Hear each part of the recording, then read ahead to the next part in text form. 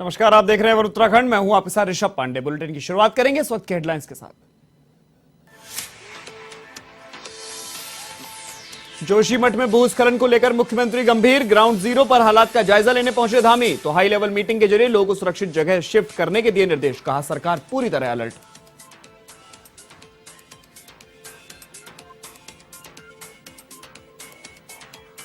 देहरादून के Uttaranchal press club में कार्यक्रम। मुख्यमंत्री पुष्कर सिंह धामी ने नए चयनित सदस्यों को दिलाई शपथ तो सदस्यों ने की सम्मुख पुस्तकालय, गेस्ट हाउस समेत अन्न मांगे। संबंधित अधिकारियों को दिए दिशा निर्देश।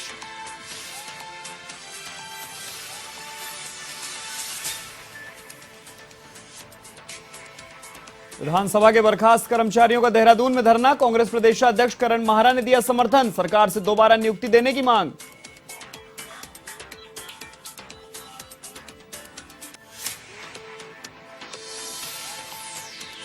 अंकिता भंडारी केस को लेकर पिता वीरेंद्र भंडारी का पत्र। मुख्यमंत्री धामी से की मांग। कहा सरकार आरोपियों की पॉलीग्राफ टेस्ट और नार्को टेस्ट के खिलाफ कोर्ट में करे पैरवी।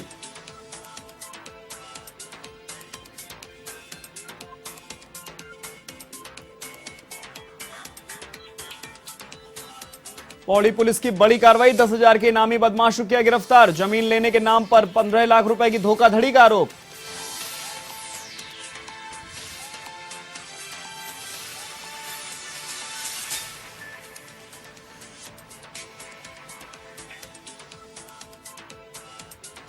अब खबरें विस्तार से। उत्तराखंड में भू धंसने से प्रभावित जोशीमठ में हर कोई हैरान है। इससे मनोहर बाग सहित कई इलाके प्रभावित हुए हैं। इसको लेकर मुख्यमंत्री पुष्कर सिंह धामी प्रभावित इलाकों में पहुंचे और मौके का जायजा लिया। धामी के साथ उच्च स्तरीय भू वैज्ञानिकों की टीम भी रही और शासन सहित जिला प्रशासन के उच्च अधिकारी मौके पर मौजूद रहे। धामी ने प्रभावित लोगों से बात की। करीब 44% परिवारों को प्रशासन ने नगर के रिलीफ सेंटरों में सुरक्षित भेजा है।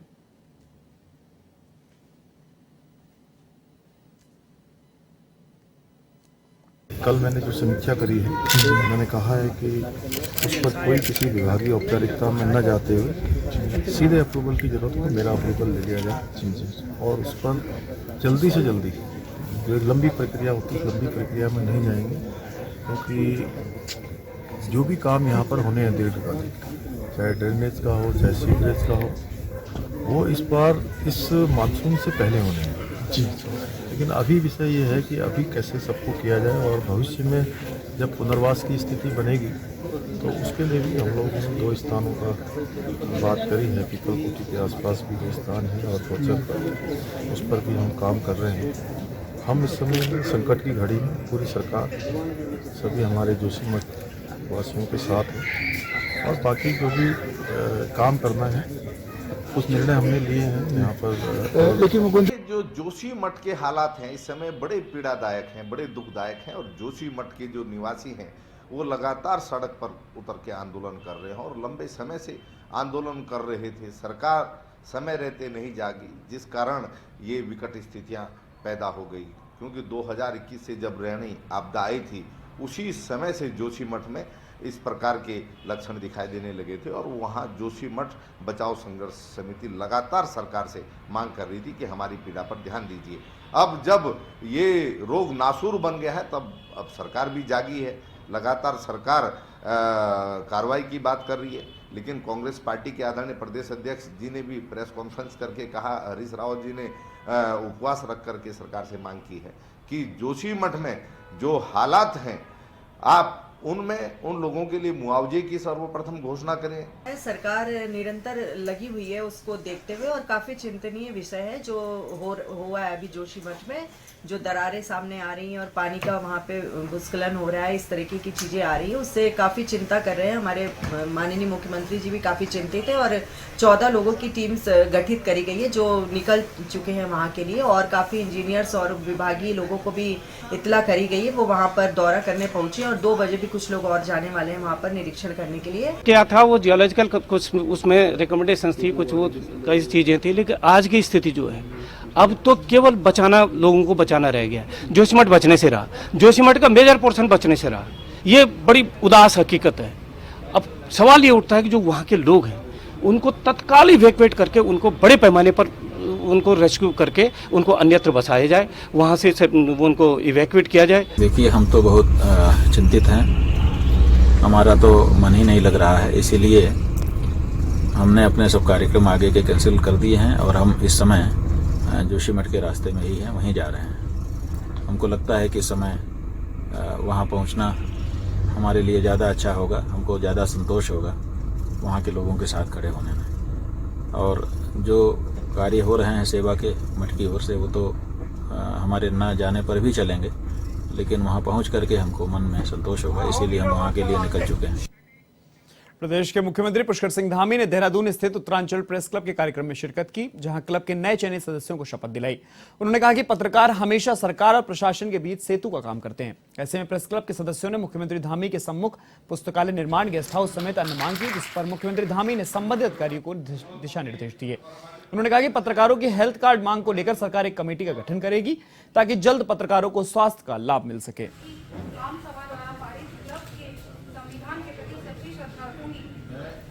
उत्तराखंड प्रेस क्लब को आपके द्वारा बहुत शुभकामनाएं देता हूं, बहुत बधाई देता हूं। और जो हमारा संकल्प है, विकल्प रहित संकल्प, वो विकल्प रहित संकल्प उसको आगे बढ़ाने के लिए मैंने सारे अपने पत्रकार मित्रों से, पत्रकार बंधुओं से, सबसे मैंने अधिकार पूर्वक कहा है कि जब राज्य की स्थापना दिवस का 25वां वर्ष मनाया जा रहा होगा, रजत जयंती वर्ष मनाया जा रहा होगा, तब हम देश के श्रेष्ठ राज्यों में शामिल हों। उसमें सभी पत्रकार बंधुओं का बहुत बड़ा योगदान होने वाला है हर दृष्टि से। तो वो सब भी इस दिशा में सरकार का, उत्तराखंड की जनता का। पलायन मुद्दे को लेकर मुख्यमंत्री पुष्कर सिंह धामी ने सचिवालय में अहम बैठक की। बैठक के बाद भाजपा के प्रदेश प्रवक्ता सुनीता विद्यार्थी ने कहा कि पलायन रोकने के लिए ज्यादा से ज्यादा रोजगार का सृजन जरूरी है। इसके अलावा पर्वतीय क्षेत्रों में लघु एवं मध्यम उद्योगों को बढ़ावा दिया जा रहा है। पर्वतीय क्षेत्रों में लोगों को आजीविका में वृद्धि के साथ ही शिक्षा, स्वास्थ्य सुविधाओं को बढ़ाने के लिए निरंतर प्रयास किया जा रहा है। उद्योग, पर्यटन, कृषि, बागवानी को बढ़ावा देने के लिए निरंतर प्रयास किए जा रहे हैं। देखिए, माननीय मुख्यमंत्री श्री पुष्कर सिंह धामी जी ने लगातार जो है प्रदेश में स्वरोजगार के माध्यम को की तरफ दिशा में हम लोग आगे बढ़ रहे हैं। और धामी जी ने भी इसी विषय में पलायन आयोग से भी वार्ता की है। और बैठक में यही है कि जो माइग्रेशन हो रहा है उसको रोका जाए, ग्रामीण क्षेत्रों में हम ज़्यादा से ज़्यादा स्वरोजगार के माध्यम विकसित करें और विभिन्न योजनाओं से हम वहाँ पे लोगों को लाभान्वित करें, जिससे रिवर्स माइग्रेशन भी हो और पलायन भी रुके। तो इसी दिशा में हम लोग काम करने जा रहे हैं और अभी बैठक हुई है, उसके मुताबिक हम आगे का रोड मैप जो है वो बनाएंगे। खबर देहरादून से है, जहां विधानसभा में बैकडोर भर्तियों के चलते बर्खास्त कर्मचारियों ने धरना दिया और सरकार से दोबारा नियुक्ति देने की मांग की। कांग्रेस प्रदेशाध्यक्ष करण माहरा ने भी विधानसभा से बर्खास्त कर्मचारियों को अपना समर्थन दिया है। उन्होंने कहा कि यह लड़ाई उन नेताओं के खिलाफ हुई थी जिन्होंने अपने परिजनों को बैकडोर के जरिए नौकरी दिलवाई। तो वहीं दूसरी ओर भाजपा प्रदेश प्रवक्ता वीरेंद्र सिंह बिष्ट ने कांग्रेस पार्टी पर निशाना साधा। उन्होंने कहा कांग्रेस पार्टी इस मुद्दे को लेकर केवल राजनीति कर रही है।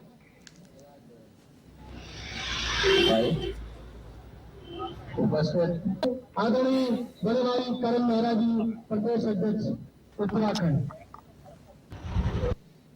विधानसभा के तो अंदर कहती है, मुख्यमंत्री को ज्ञापन देकर कहती है कांग्रेस पार्टी के नेता कि जो बैकडोर भर्ती वाले हैं इनके खिलाफ अभी तक कार्रवाई क्यों नहीं हो रही है, इनको निकालने का काम क्यों नहीं हो रहा है। ये बैकडोर भर्तियां हुई हैं, गलत हुई हैं। और अब उनके समर्थन में आकर उनके पूर्व मुख्यमंत्री हरीश रावत जी बैठ रहे हैं, खुद उनके प्रदेश अध्यक्ष करण मेहरा जी बैठे हैं। तो ये जो दो तरीके की राजनीति हो रही है, तो ये कांग्रेस का जो चेहरा, चाल चरित्र चेहरा है, उजागर कर रहा है। ये लड़ाई शुरू हुई थी उन नेताओं के खिलाफ जिन लोगों ने अपने परिजनों की नौकरी बैकडोर से लगाई थी, जिन लोगों ने अपनी ताकत का इस्तेमाल करके योग्य उम्मीदवारों के हकों में डाका डाला था। लेकिन वो लड़ाई उन नेताओं का तो कुछ नहीं बिगड़ा, सरकार और अध्यक्ष जी ने उनको बचाते हुए गरीब लोगों की नौकरियां खाने का काम कर दिया है।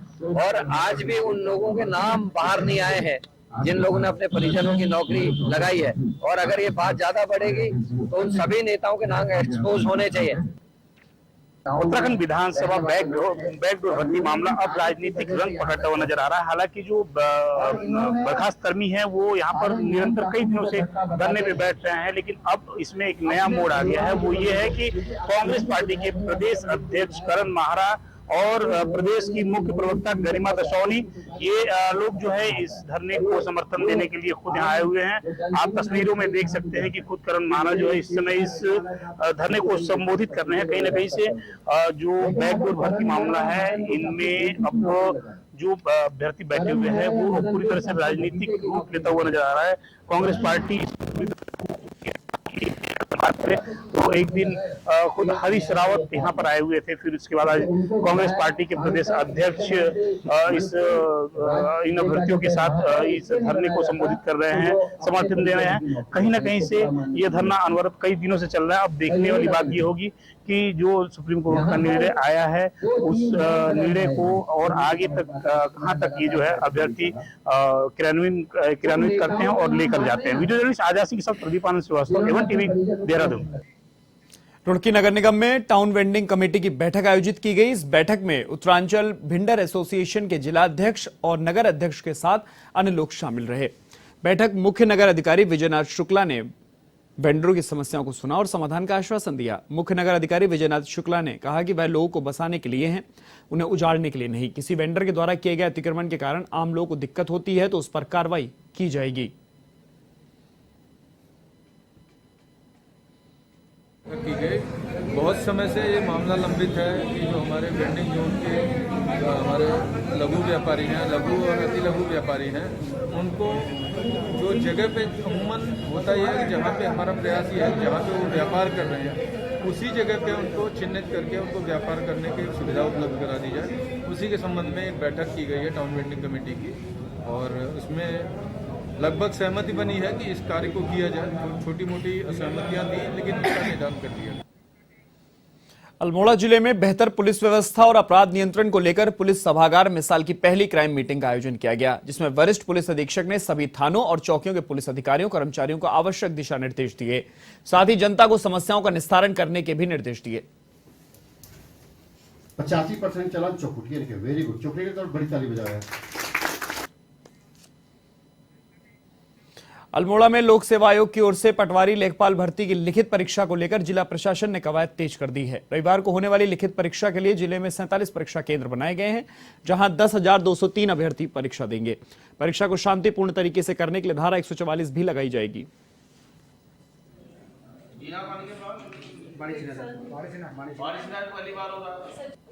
मतलब लाइट सनलाइट प्रॉपर है, बट मैं जनरेटर का अरेंजमेंट कर पा रही हूं। जी सर, मैं कल अरेंज। जी सर, सारे इंटरनल। सांसद रमेश पोखरियाल निशंक हरिद्वार दौरे पर रहे, जहां उन्होंने एनएचएआई के अधिकारियों को फटकार लगाते हुए हाईवे गड्ढे भरने के निर्देश दिए। डामकोटी में भाजपा नेताओं से मुलाकात करते हुए निशंक ने फोन पर अधिकारियों से बात की और गड्ढों को चिन्हित कर 2 दिनों के भीतर भरने के निर्देश दिए हैं। गौरतलब है कि 30 दिसंबर को हुए क्रिकेटर ऋषभ पंत के एक्सीडेंट के बाद हाईवे के गड्ढों को भी दुर्घटना का कारण बताया जा रहा था।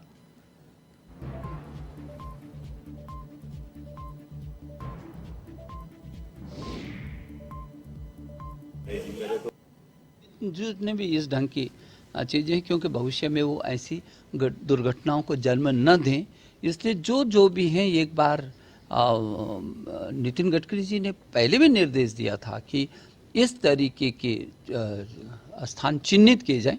अभी भी उस पर जांच हो रही है, जांच चल रही है और मैं समझता हूं कि ऐसे स्थानों को निश्चित रूप में सुधार की ज़रूरत है। और क्योंकि अब नेशनल हाईवे हो गया, स्पीड आप देखिए, जहां हम हरिद्वार से 2.5 घंटे में दिल्ली पहुंचना चाहते हैं, 2.5 घंटे में, तो स्वाभाविक की स्पीड उतनी गति से बढ़ेगी तभी पहुंचेंगे। जसपुर विधायक आदेश चौहान ने प्रेस वार्ता कर भाजपा सरकार पर हमला बोला। उन्होंने कहा कि भाजपा सिर्फ जनता को छलने का काम करती है। उन्होंने कहा कि बीते रोज सांसद अजय भट्ट जसपुर आए थे और पिछले 4 सालों में उन्हें कल जसपुर की याद आई। विधायक ने कहा कि लोकसभा चुनाव नजदीक आते ही सांसद को जनता की याद आ गई। उन्होंने कहा कि भोगपुर डैम क्षेत्र राजस्व ग्राम घोषित हो और कांग्रेस सरकार ने स्टेडियम की स्वीकृति कराई और भाजपा सरकार ने उसे निरस्त कर दिया। अब चुनाव आ गए तो उन्हें सारी बातें याद आ रही हैं, केवल जनता को गुमराह करने फिर दोबारा से आए, क्योंकि भाजपा के जो नेता जब कल 4 साल के बाद 4 साल में हमारे सांसद जी अजय भट्ट जी को जसपुर की याद आई, तो सुनकर तो अच्छा लगा कि जो 4 साल से क्योंकि गायब थे तो जसपुर की उन्हें सुध ली। लेकिन मैं उनसे पूछना चाहता हूं कि अब उन्हें चुनाव आए तो उनको याद आई जसपुर की, और उन्होंने, मैंने क्योंकि अखबारों में पढ़ा, उन्होंने कहा कि स्टेडियम भी यहाँ हो और जो रायसू गांव हमारा भोगपुर डाम वो भी घोषित हो, मतलब सारी रोडवेज बस स्टैंड भी हो, सब चीज़ों की याद आ रही है। लेकिन मैं पूछना चाहता हूँ कि 4 साल तक आप सांसद थे, आपकी सरकार थी दोनों जगह, तो ये काम करने से आपको रोका किसने? आगामी चुनाव को लेकर विपक्ष ने अपने आप को मजबूत करने के लिए भारत जोड़ो यात्रा का आह्वान किया और कड़कड़ाती ठंड में लोग बीच जाकर घुलते मिलते दिखाई दे रहे हैं, जिस पर राजनीतिक सरगर्मियां तेज होती दिखाई देने लगी। तो एक तरफ भाजपा कांग्रेस की यात्रा पर सवाल उठा रही है, तो दूसरी ओर कांग्रेस भाजपा की बौखलाहट बता रही है।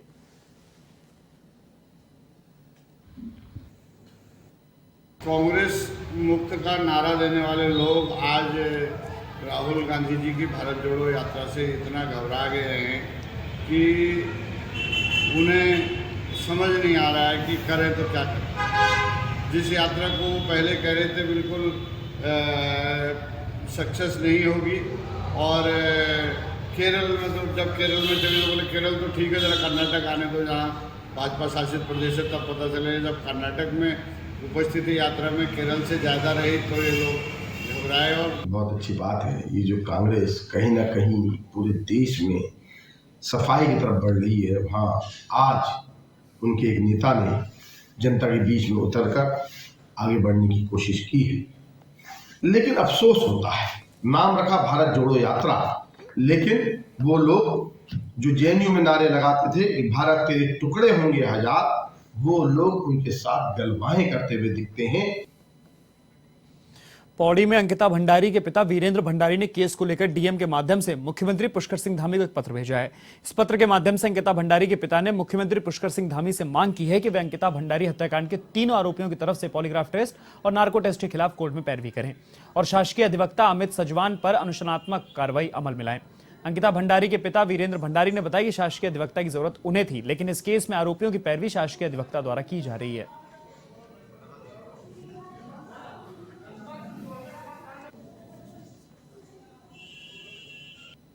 हाँ, मैं अंकिता भंडारी का पिता बोल रहा हूँ और मुझे पता चला कि जो पुलकित आर्य के जो हियरिंग जो वकील साहब कर रहे हैं वो एक सरकारी वकील हैं, जबकि न्याय स्तर पे एक सरकारी वकील मुझे मिलना चाहिए था, न कि उनको मिलना चाहिए था। और उनकी हियरिंग कर रहा है, उनको बचाने की कोशिश कर रहा है। और जो अंकिता भंडारी का दोस्त पुष्पदीप था, उनको ये फंसाने के चक्कर में इनके बयानबाजी कर रहे हैं। देखिए, इसमें हम हाई कोर्ट गए थे और हाई कोर्ट से डायरेक्शन हो रखे हैं कि एक क्रिमिनल साइड का एक बढ़िया लॉयर मिलेगा हमें, जो कि अंकिता की पैरवी करेगा। तो इस ऑर्डर को हुए करीब 1 महीना होने वाला है और अभी तक वो लॉयर हमें नहीं मिला है। बुलेटिन में फिलहाल के लिए इतना ही। देश और दुनिया की तमाम खबरों के लिए आप देखते रहिए AVN टीवी। नमस्कार।